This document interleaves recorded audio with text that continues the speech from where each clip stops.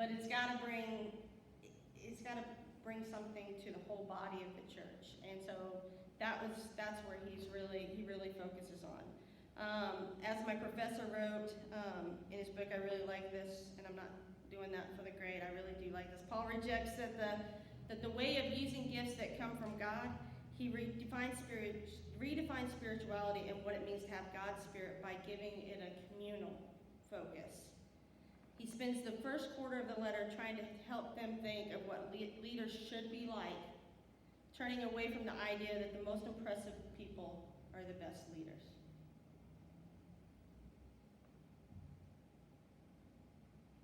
We're getting ready to have all the candidates, for politics and all that kind of stuff come to our states, and I can't help but think of that when, and not to get into politics, but it just makes me think, what makes these people so impressive? Why are they supposed to be our leaders? And are we looking at the wrong things?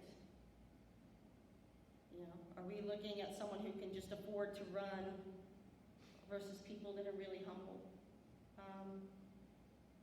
Just a food for thought on that. So, in chapters 5 through 15, Paul turns to specific problems that he knows that are going on in Corinth. So there's sexual and personal problems that are going on, and basically he's talking about how they should behave as church together, how they should understand their responsibility as Christians.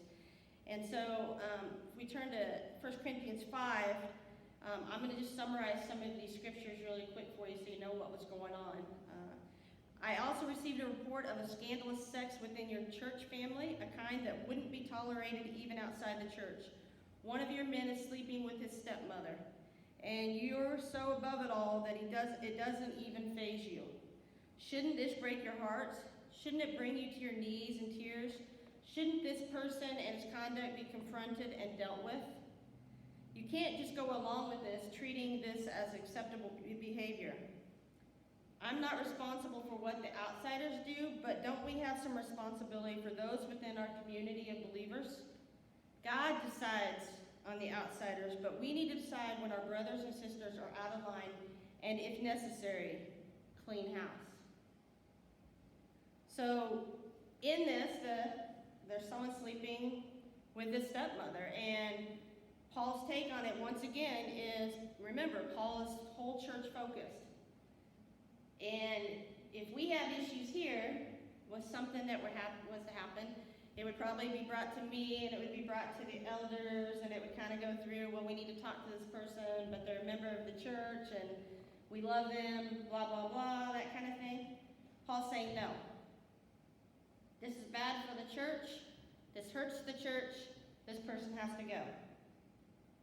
So they sacrifice the one for the body, the health of the body of the church. So do we have that same responsibility? Do we have responsibility to address injustices and unacceptable behavior within our faith community?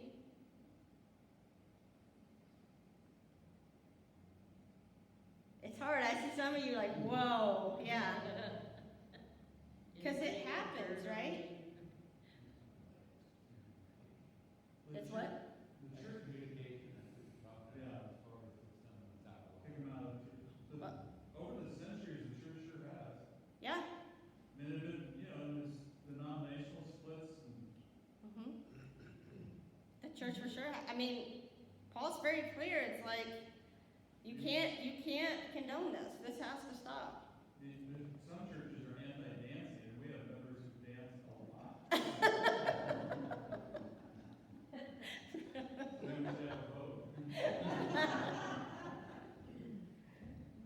Wasn't the church closer to the heads of government or the state?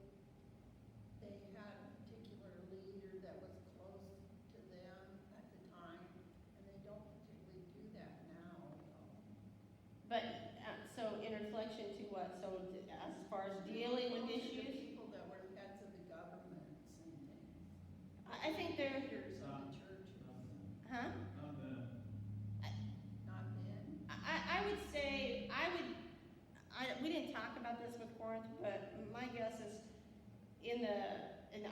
what was going on in Corinth, that one-upsmanship, that getting ahead at all costs, there were probably for sure those side things that went on. And I think that's what Paul's trying to deal with. I think that's what Paul's saying can't happen.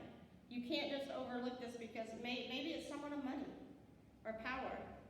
We don't know, but you can't just overlook that because it hurts the body of the church. We would change that today, right? We would say, is this person how much did this person give to the church? Oh, here, I'll show you. It's like, are they a giver? Are they? Where, and now we have a division, they always say between church and state. Mhm.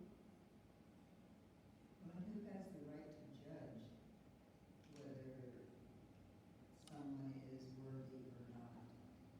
Christ taught, don't judge. So Paul wouldn't say it's whether they're worthy or not. Paul would say the behavior is hurting the body of Christ in this community. It's hurting this community, and therefore it's got to stop. It's a different way, right? Because we would see it as judging someone. We would say we're casting judgment on them for behavior.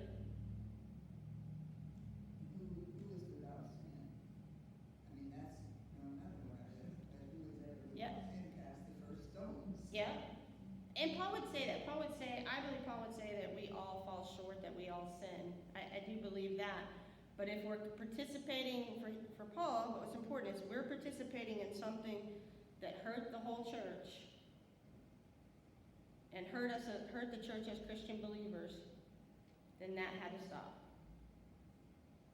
If you're participating in something that just hurt yourself, I don't know. But if it was something that was hurting the whole body of the church, I think that was a different story. Do you think social media makes that more challenging today? Yeah? In what ways?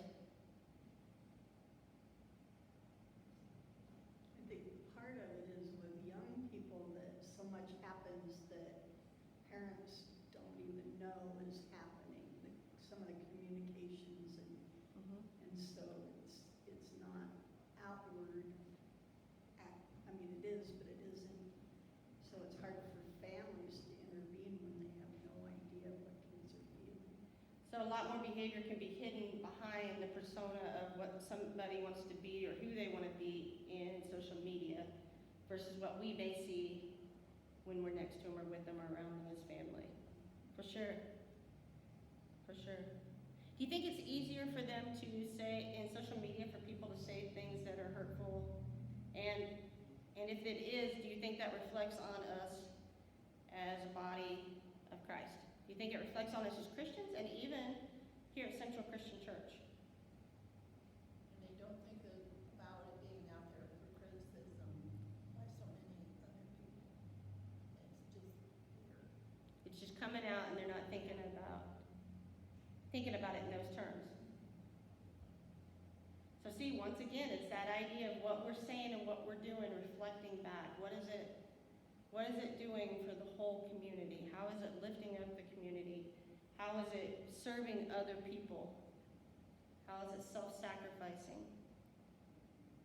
We don't live in that world today, right? And social media makes that even easier. It's just no different than you were talking about talking on the, we don't have to really communicate and talk to each other. We can say real mean and nasty things about somebody, and we really don't have to deal with the fallout of that. Yeah, it's interesting. So 1 Corinthians 6 goes on, and I'll read this. And how dare you take each other to court? When you think you've been wrong, does it make any sense to go before a court that knows nothing of God's ways instead of a family of Christians? The day is coming when the world is going to stand before a jury made up of the followers of Jesus. If someday you are going to rule on the world's fate, wouldn't it be a good idea to practice on some of the smaller cases? Why we're even going to judge angels, so why not these everyday affairs? At these disagreements and wrong surfaces, why would you entrust them to the judgment of people you don't trust in any other way? These court cases are an ugly blot on your community. Wouldn't it be far better to just take it, to let yourself be wronged and forget it? All you're doing is providing fuel for more wrong, more injustice, bringing more hurt to the people of your own spiritual family.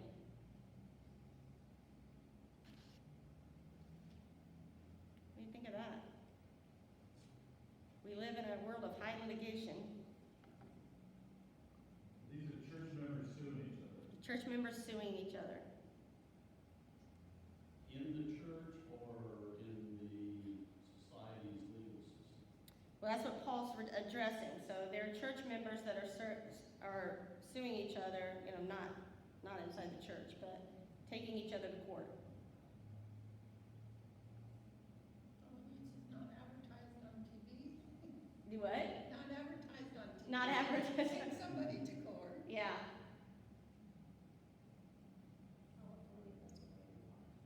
Mhm. It is a way of it's a way of life in our culture. My two sons, one is going, what's wrong with you? The other one's going, we beat you alive in California. Mhm. You know, and it's true. They can't say anything before someone slaps a lawsuit on them about everything. It's like, what the? So what would that do to our church? Think about it inside of our church. We have a good life. I got upset with Jan, and Jan and I we're gonna go to court. Good look on that. We're gonna tear the church apart, right? Yeah. So once again, it stands in opposition of putting the body first, of putting the whole church first. So it's another one of those stop it things, right? And then this is one of the fun ones, 1 Corinthians 7. 1 Corinthians 7 is the whole celibacy, to be married or to be single. So this has often been lifted up in a lot of different ways and used in a lot of different ways. But I'll read you this part. It is a good thing to have sexual relations, certainly, but only within a certain context. It's good for a man to have a wife and a woman to have a husband. Sometimes I wish everyone was single like me, a simpler life in many ways. But celibacy is not for everyone, and any more than marriage is. God gives the gift of the single life to some and the gift of the married life to others. And then he goes on to talk about, in here is the complications that come from us having other priorities, basically. So when you're married, you have other priorities. So in a lot of ways, this has been lifted up in Christianity as celibacy, Paul saying celibacy is better. Remember, everything that Paul writes is in relationship to what's going on in a specific situation in a specific church. Okay? He's not really saying it's better for him. Exactly. Yeah. Exactly. And this is one that gets, I think, misinterpreted. But he's saying in this context of what's happening at that time, for him, he believes celibacy was better because you didn't have the outside priorities, and it was better for him. But if you were married, be married. Interact in your marriage to the best of what is for both partners inside of your marriage.